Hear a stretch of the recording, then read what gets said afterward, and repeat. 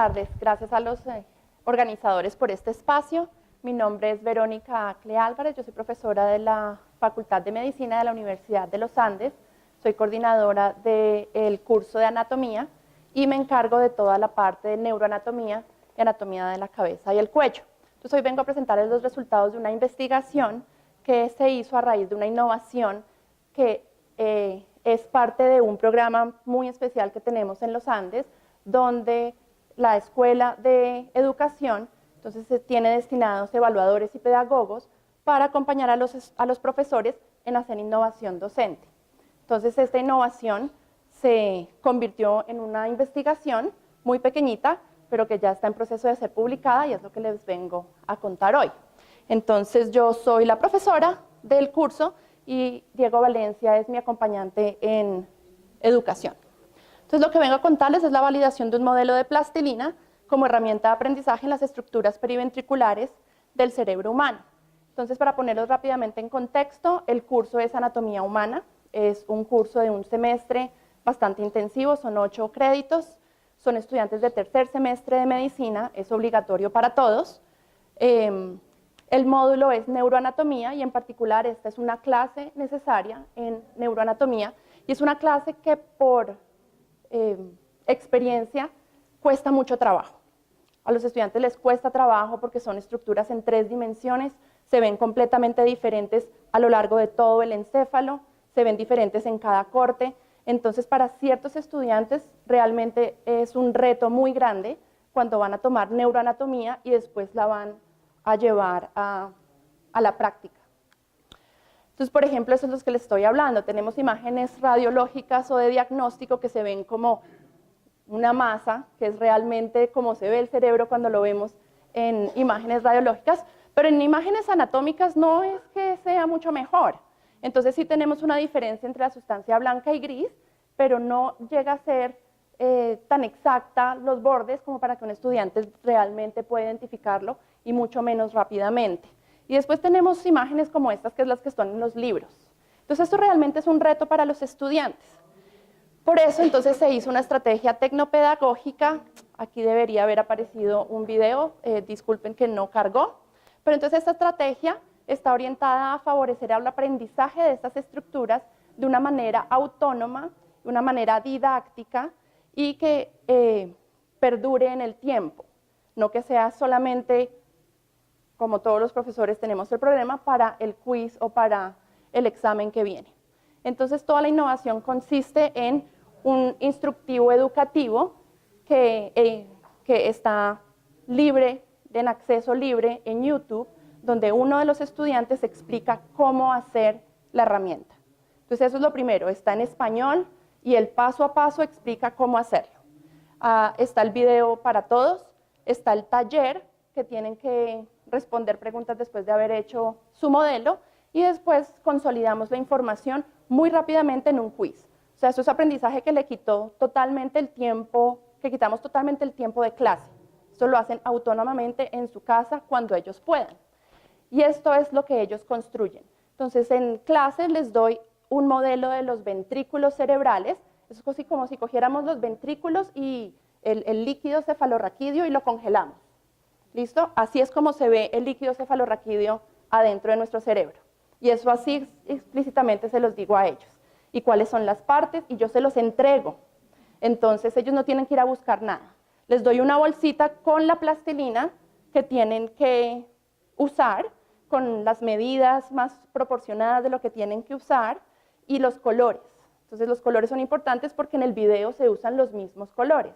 Y yo creo en los colores, mis clases son codificadas por colores porque realmente a uno le ayuda asociar estructuras con colores, con formas, y una de las iniciativas más grandes que nosotros tendemos a pensar que como es medicina, entonces tiene que ser muy serio, y a veces lo serio es aburrido, y realmente los niños aprenden haciendo cosas interesantes, y si a nosotros nos enseñaron en kinder usando plastilina, ¿por qué nos olvidamos completamente de eso?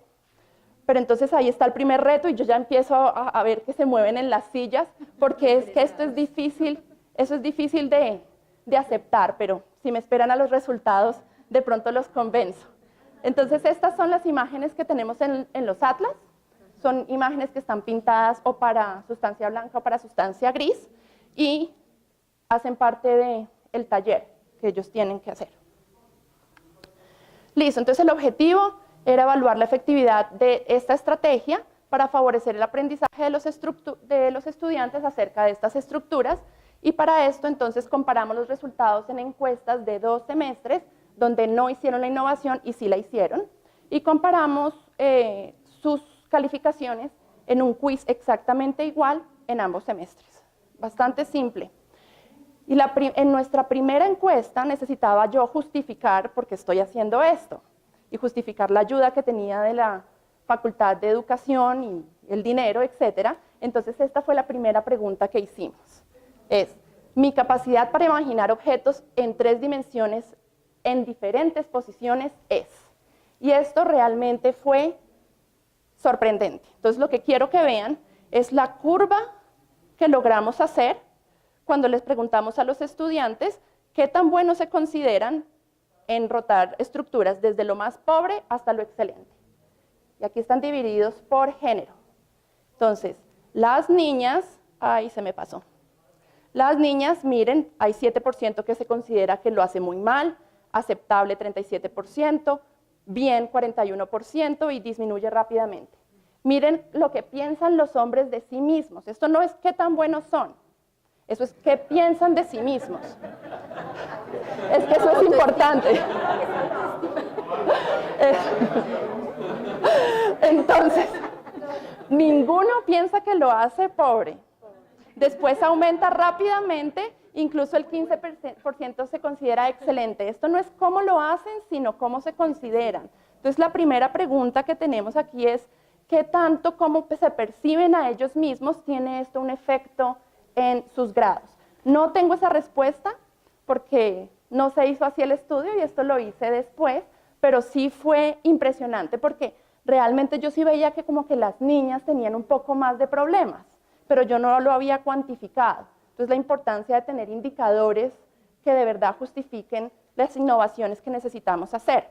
Pero entonces esto me lleva más allá, que tengo que considerar si hay algún tipo de herramienta que los empodere acerca de su capacidad de rotar cosas para que ellos mismos se sientan mejor y de pronto esto tenga repercusiones en sus notas. Esos estudiantes eran 152 en los 2 semestres juntos. Y aquí ya empezamos con la encuesta para ambos semestres. Siempre van a encontrar la innovación antes de hacer la innovación y después de hacer la innovación. Entonces la pregunta, el grado de dificultad del tema con respecto a los demás es. Entonces pasó de ser un tema difícil o muy difícil a ser un tema fácil o muy fácil. Entonces vemos que se redujo la dificultad. Después, el tiempo que hay que dedicarle al tema respecto a los demás es. Entonces pasó de ser más tiempo que a los demás, el mismo o menos, solo al 10%, a invertirse completamente el tiempo que ellos mismos le dedicaron a este tema. Listo, estas preguntas siempre son antes y después igualitas. Mi proceso de aprendizaje fue exitoso. Entonces siempre consideran que su proceso de aprendizaje fue exitoso. Eso no cambia. Fue más exitoso después, que es algo que resaltar, pero recuerden que les dijo que yo quité completamente el tiempo de clase para este tema. O sea, ellos lo hicieron en su casa solos, completamente solos, con un quiz de 10 minutos en la clase siguiente, 4 días después. O sea, las medidas de los días entre cuando hicieron la clase o la innovación y el quiz es exactamente la misma. Y finalmente, el desempeño de estudiantes en pruebas de aprendizaje son los resultados ya de un quiz de aprendizaje. Entonces el quiz pregunta no solo preguntas de primer grado como ¿qué es esto y qué es esto?, sino pregunta, por ejemplo, en fotografías de disecciones que nunca habían visto, por ejemplo, la disección de un hipocampo que está dentro del lóbulo temporal y le da la vuelta y después se devuelve. Es una estructura que es supremamente complicada y da vueltas y se regresa. Pues ellos nunca habían visto estas fotografías y en el quiz se las mostré por primera vez. Y además les mostré imágenes radiológicas que no habían visto antes. Entonces el quiz trató de ir un poquito más allá a ver qué tanto sabían ellos de cosas que no eran directamente las que habían visto, y vimos que igual les iba relativamente bien antes, tenían un promedio entre hombres y mujeres de 3.7 a tener un promedio entre los dos de 4.2. Entonces aquí están separados por género, aunque no hay diferencia entre hombres y mujeres, pero sí hay una tendencia. O sea, a las mujeres usualmente no les va igual de bien que a los muchachos en este tema. Ahora, esto es solamente una tendencia que me hace a mí pensar que debería ir a investigar un poquito más, a ver si es real o si es un problema de cohorte entre estos dos semestres o si de pronto sí hay algo.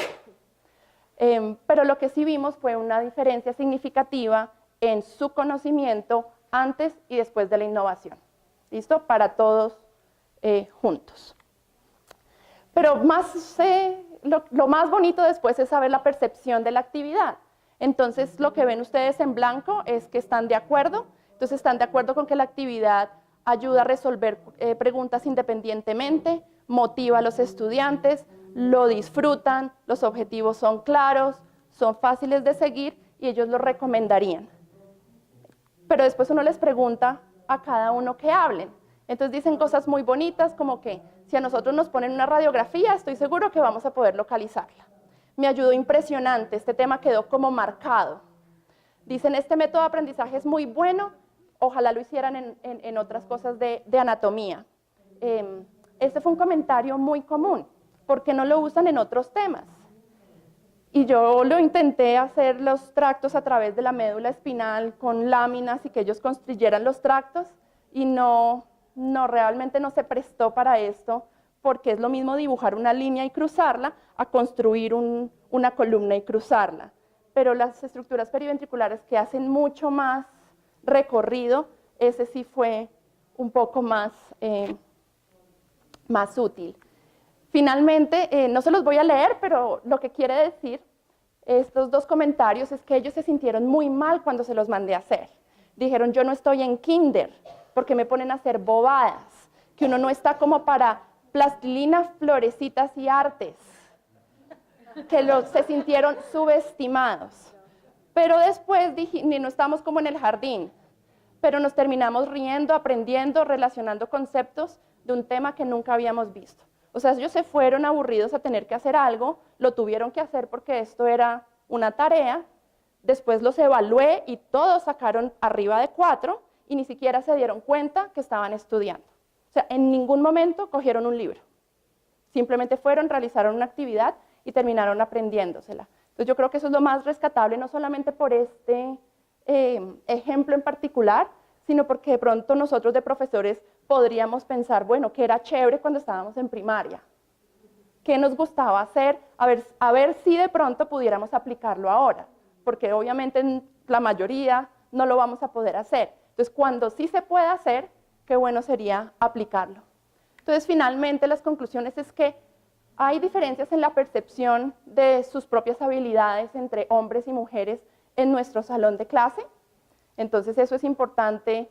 En general, es súper interesante de saber, ¿no? Que ellos se están considerando diferentes y que de pronto eso esté teniendo una influencia en cómo aprenden. Y la siguiente conclusión es que la construcción de modelos tridimensionales en plastilina favorece el aprendizaje de estas estructuras periventriculares, pero de pronto de otras estructuras también, porque lo vimos evidenciado en que piensan que es menos difícil, se demoran menos tiempo haciéndolo y consideran que ellos mismos fueron exitosos. Y eso es lo que queremos hacer como profesores. Gracias.